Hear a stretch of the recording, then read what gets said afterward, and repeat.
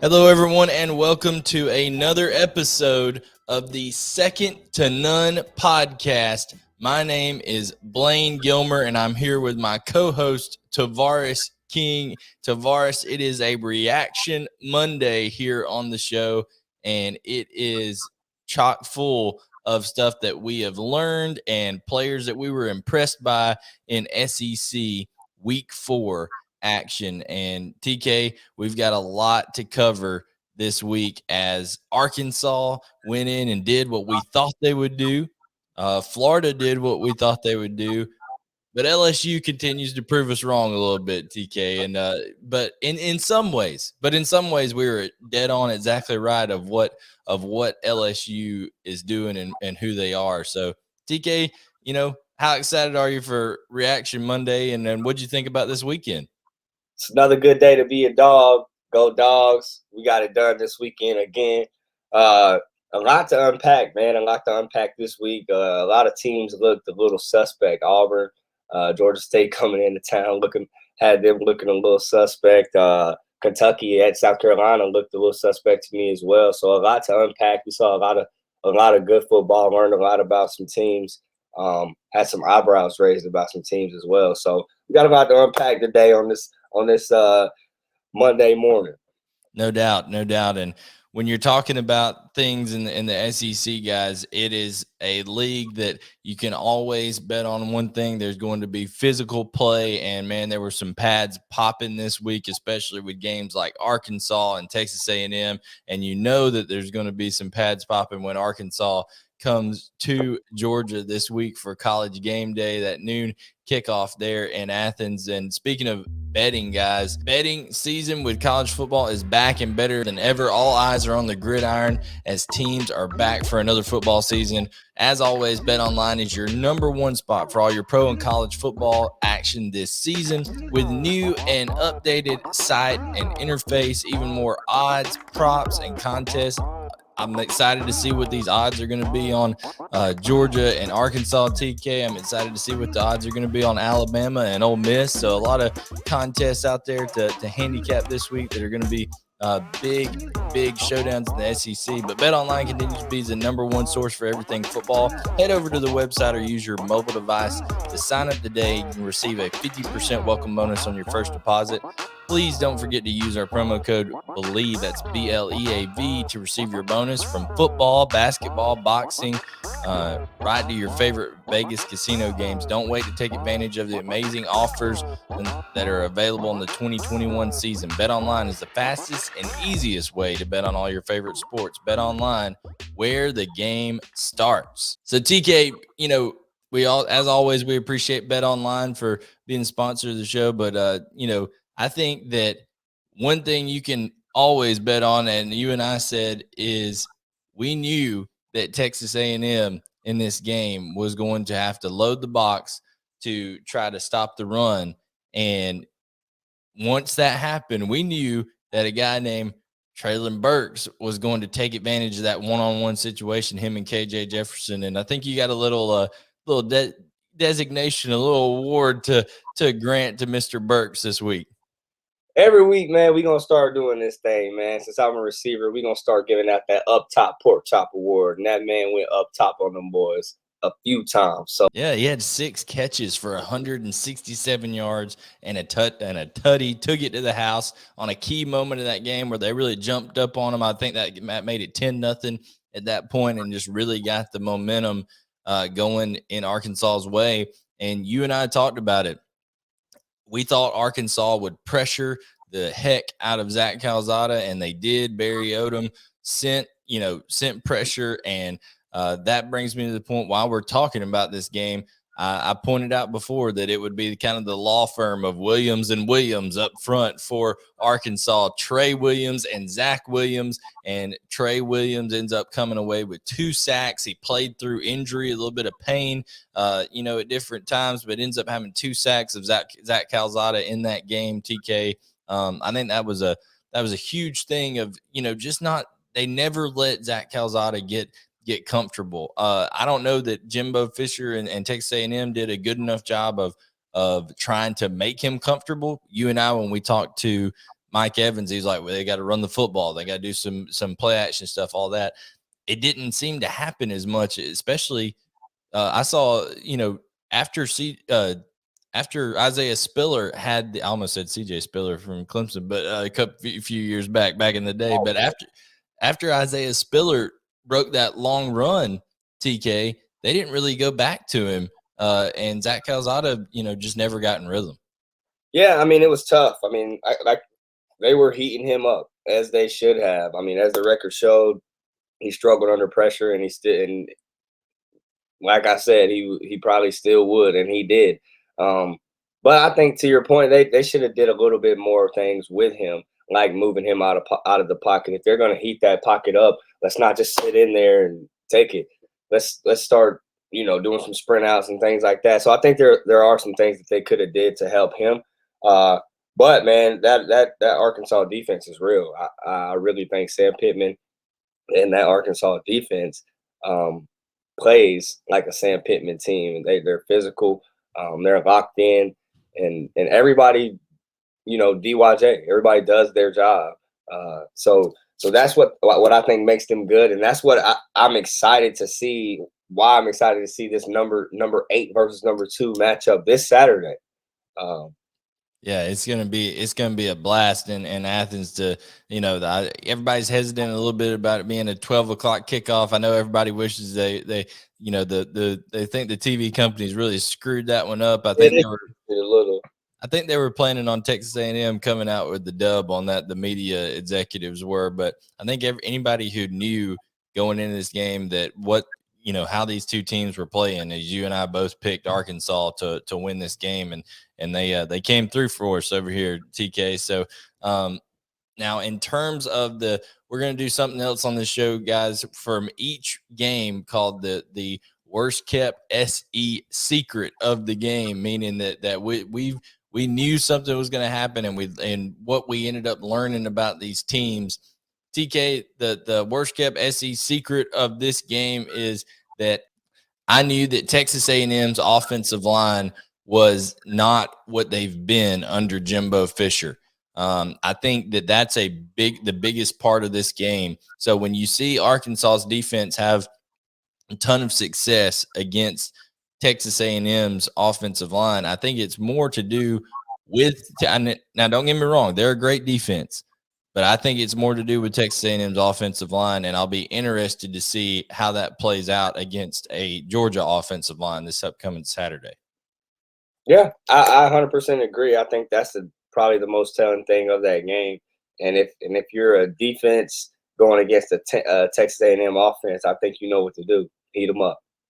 Absolutely. So next game that we both picked Florida to beat Tennessee. We both thought it would be closer, though, and TK, through halftime, it was looking that way. It was 17-14, and even late in that game, Tennessee had some opportunities to make that game a little bit closer. They missed a field goal at halftime that would have made it 17-17 at half, but I was impressed by how this Tennessee team played, TK, to be so decimated by the transfer portal and all the scandals and accusations that Tennessee had after Jeremy Pruitt left and Josh Heupel comes on board. It showed that at least for the first 11, they were playing right there with Florida. I just don't know if the depth is there for Tennessee at this point. Exactly. You took the words right out of my mouth. Let's be real. The gap of talent, I think, is large. So I think that played a big issue. But to your point, I was happy to see those cats go out there and compete and get after it. Hendon Hooker, I think he might have grew up a little in this game. I think that he played really, really sound, really well. But I think the biggest takeaway to me is that Florida defense. I think that they look really good. I think they proved that they can, slow guys down and lock in on a quarterback that has a potential to, beat you on the ground. Yeah, no doubt. I mean, I thought Hendon Hooker, though, 20 first downs for Tennessee. They did pretty well, getting up into that number where there's a lot of offenses that really struggled. in the SEC. But I thought that, I mean, he hit a long touchdown pass or had a couple of touchdown passes, but a long touchdown pass early on in the game, and to Javonte Payton.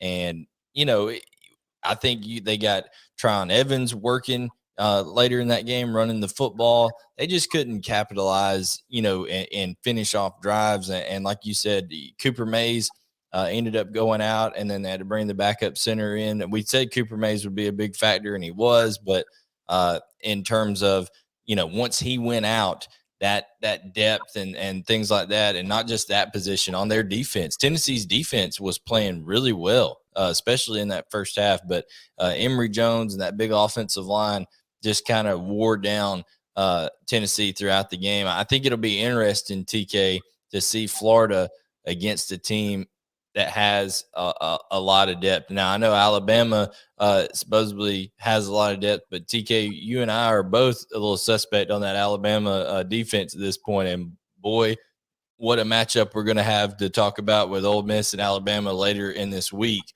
But I think, TK, the worst kept SE secret from this game is the fact that Florida is not – I don't think Florida is going to be someone that has a dynamic passing game in this deal. It's all dependent on Emory Jones and him being able to run the football. If he cannot run the football, and I say he because he once again was the leading rusher for this team, TK.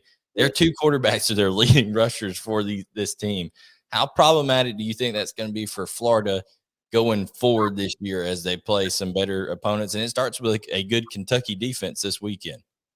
Man, honestly, that was another one of my takeaways. I think that Emory Jones got better last week as well. I think that he played better. I think that it's starting to click for him. It was the first game that he hadn't thrown an interception this year. Yeah. It was the first game since Tebow that they had a quarterback go for 200 passing and 100 yards rushing. So I think that says a little bit. I think it says that he's getting poised. I think it says that he's getting comfortable. And I think it says that, that it's his team. We talked about AR-15 and that whole debacle. I think he'll get I think AR-15 will get some playing time, but I think Emory Jones has shown that nah, kid, it's my team.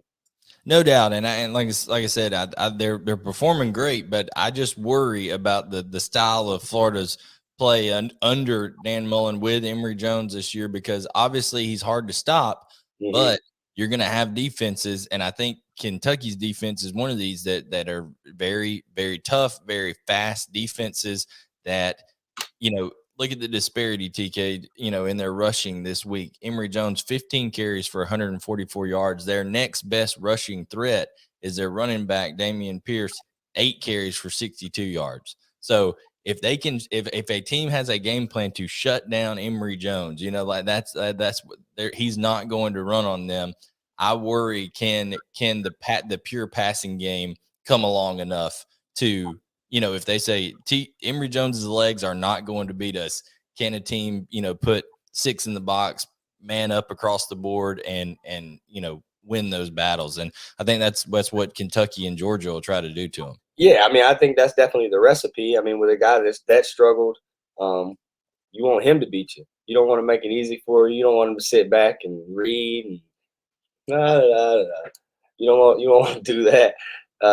So you're gonna throw some things at him. You're gonna throw the kitchen sink at him to make sure that he's ready. One, and you're gonna try to make him beat you with his arm. We're gonna take the lesser of the two evils.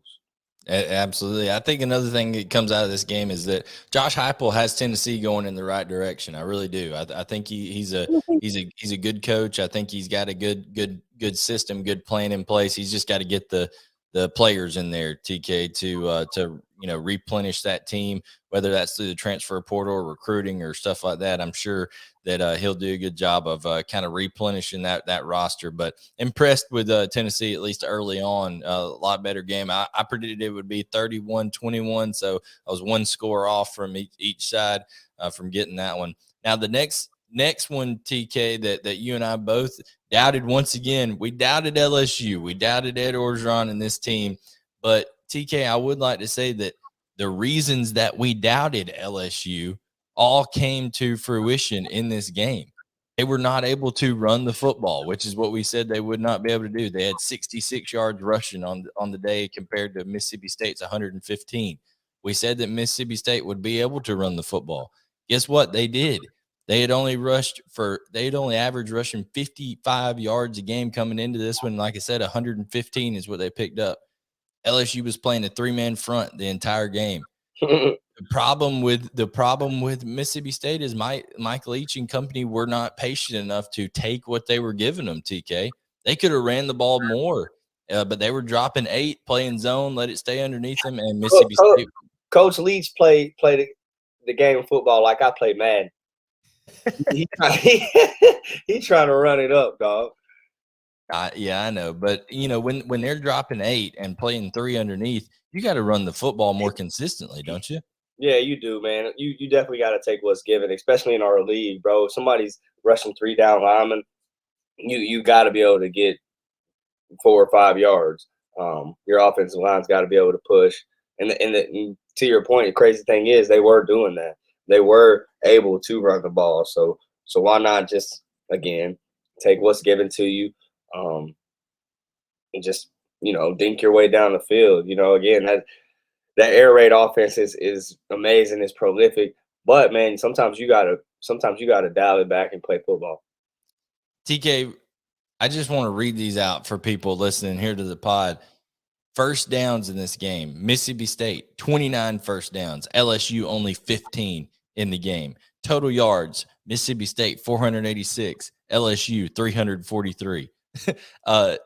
Rushing yards, 115 to 63 in favor of Mississippi State. Time of possession, Mississippi State, 35 minutes. LSU, 24 minutes. I mean, LSU won or lost every category in this game except on the scoreboard because 2 busted coverages by Mississippi State. One, a big, they had a crosser and a safety bit up and let a post get behind it for a wide open touchdown. And then did you see the play where the two Mississippi State defenders just knocked each other out like Mike Vick style with the Minnesota Vikings back in the day, and that tight end just went right down the sideline for LSU.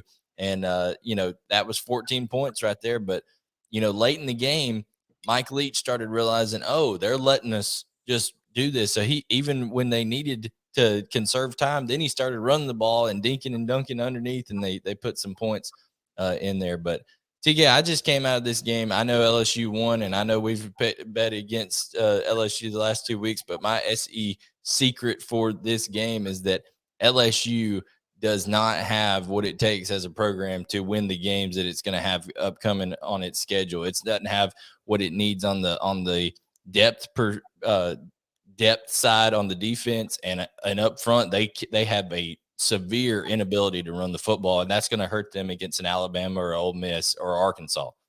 Yeah, you just said it. If you can't run the ball, bro, in the SEC West, you're going to struggle.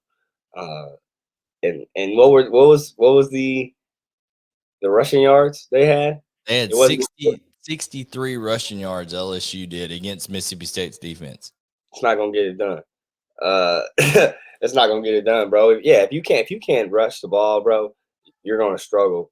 Max Johnson is good, but he's not Joe Burrow good. No. And that team didn't have to run the ball, but this team's gonna have to run the ball a little bit to be able to compete. Now, when it comes to that game, like I said, you and I both picked Mississippi State. I thought it'd be a little bit higher scoring, but hey, hats off to Edo and company. We'll see how they do going forward, but I'm just telling you, if they're not able to run the football consistently, like we said in this league, I don't think it's going to be able to cut it. Another game that you and I picked correctly in terms of the winner, but not the style of the game. We were a little bit off on that. We thought Kentucky would put up more points on South Carolina. TK, Kentucky wins this game 16-10, and TK, actually our offensive player of the week that I'm going to award this to comes in this game is Chris Rodriguez with 144 yards rushing, and that's because for some reason as good as Will Levis and company looked moving the ball through the air earlier this year, that continuity that they had with Josh Ali and Wan'Dale Robinson, it's just not there. They're not able to push the ball down the field, it seems like. But when they needed it the most, Chris Rodriguez was there to bail Kentucky out. So he's our offensive player of the week this week. But, TK, thoughts of after seeing Kentucky, against South Carolina in the 16-10 victory? Man, I wasn't expecting them to struggle with the South Carolina team that looked like they looked against Georgia. But coming out of a game like that, from South Carolina's perspective, coming out of a game like UGA the previous week, you're going to come out on fire. You're going to prepare. You're going to do everything, especially at home. You're going to do everything you can to try to win and try to slow those guys down. So that could be a little bit of motivation from South Carolina perspective. But Kentucky, man, we've got to dive into Kentucky. This is 2 weeks in a row that offense has looked poor.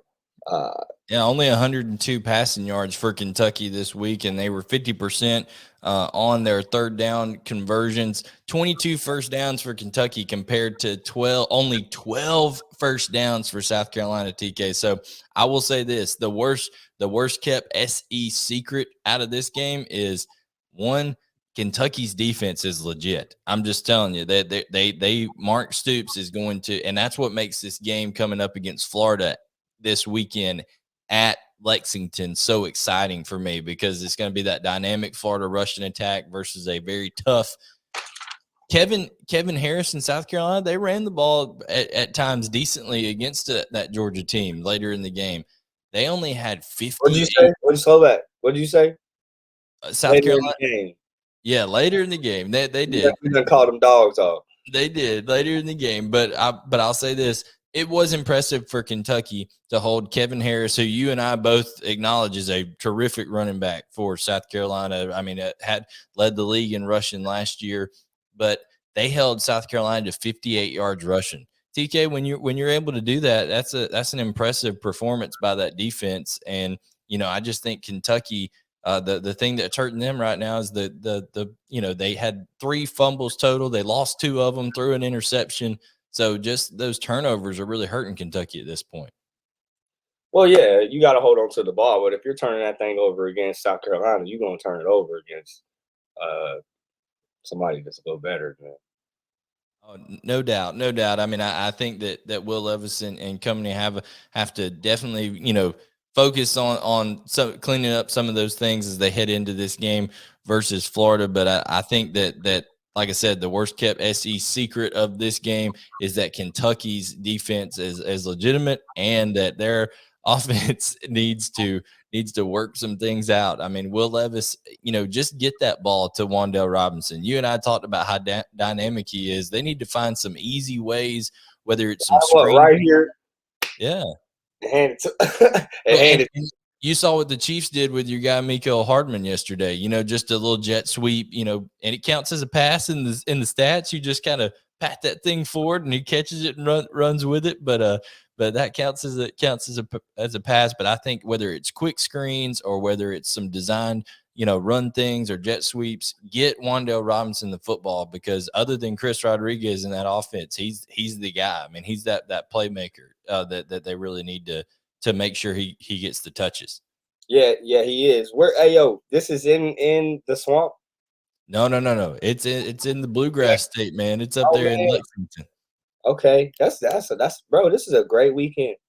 Oh yeah, you got Ole Miss, Alabama coming up. You've got at Tuscaloosa. You got game day going to Athens for Arkansas at Georgia, and then you have also Florida going to Kentucky. So there's some big time matchups. And TK, the last one I want to talk about on our Reaction Monday show here is Boston College beats Missouri in overtime. First of all, the crazy finish. Missouri goes down and hits an absolute bomb field goal, 56-yarder with the time, expiring to go to overtime, and then lose it in overtime. But I continue to say, you and I both hey, this is an SEC show. We're always against the the other conferences. We're going to root for the SEC team. BC is a good program. We did think with Phil Dracovic being out, their quarterback, and having to go with a backup quarterback, that would be a problem. I think what this says, the worst kept SEC secret out of this game is that Missouri's defense has a long way to go, because their offense under Connor Bazelak, honestly, and Eli Drinkwitz's offensive system is running pretty well. Yeah, the offense looked pretty decent. The the defense looked like I thought BC's defense would look. Yeah, absolutely. Struggling tackling the back. So I was a little confused by that, and we got what we got score wise. Well, TK, we both thought that Tyler Beatty would have a big day, and he ended up rushing for a touchdown, things like that. But Missouri only had 88 yards rushing on the day. Tyler Beatty, 18 carries for 72 yards, 2 touchdowns on the day. But TK, Boston College ran for 275 yards. And when you're right, when you're not able to tackle, when you're not able to, your defensive line is not able to reset the line of scrimmage, right? That's something that the elite defenses are good. They're able to reset the line of scrimmage a yard or two back, be able to make that first contact right there at the line of scrimmage. And Boston College was getting movement on Missouri. So, that's something to pay attention to later on this year as Missouri moves throughout the SEC East. But TK, that's our reaction Monday, man. I mean, overall, we haven't given out our special teams player of the week, so let's recap real quick. Our up top pork chop went to Treylon Burks for his one-on-one performance there against Texas A&M and the touchdown grab that he had early on in that game. Our defensive player of the week was Trey Williams out of that game, 2 sacks for Arkansas, and just really wreaked havoc on Zach Calzada and company all day. Then you also had our offensive player of the week, which is Chris Rodriguez, who had 144 yards rushing for Kentucky when they needed it most. And then TK has our special teams player of the week. Special teams are special. It's Jamison Williams. Whew. It's got to go to you, my man. 2 kickoff returns for Tuggies. As well as a monster day on offense. But, man, special teams is where it says special teams are special. Special teams gets it done. Jamison, you got it done, my brother. Congrats to you, special team player of the week. No doubt. And that's just it doesn't even seem fair. Alabama able to go pick up a player like that from Ohio State. So, but that's the world we're living in here with the day of the transfer portal. So, we've touched on all our players of the week. We hit all our reactions. So, TK, I'm excited about this upcoming Wednesday episode where we will talk about the lines for all of these games coming up with Ole Miss at Alabama, Arkansas at Georgia, Florida at Kentucky. Like you said, it's a huge weekend, and we'll have it all here on the Second and None podcast on the Believe Podcast Network, 365 Sports YouTube channel, brought in partnership by the Sideline Sports Network as well on social media, and presented by Bet Online. So, TK, we will catch everybody on Wednesday and enjoy Monday Night Football, all that kind of stuff with the NFL going on out there. And we will, like I said, we'll catch you on Wednesday for a What's the Spread Wednesday on the Second and None podcast.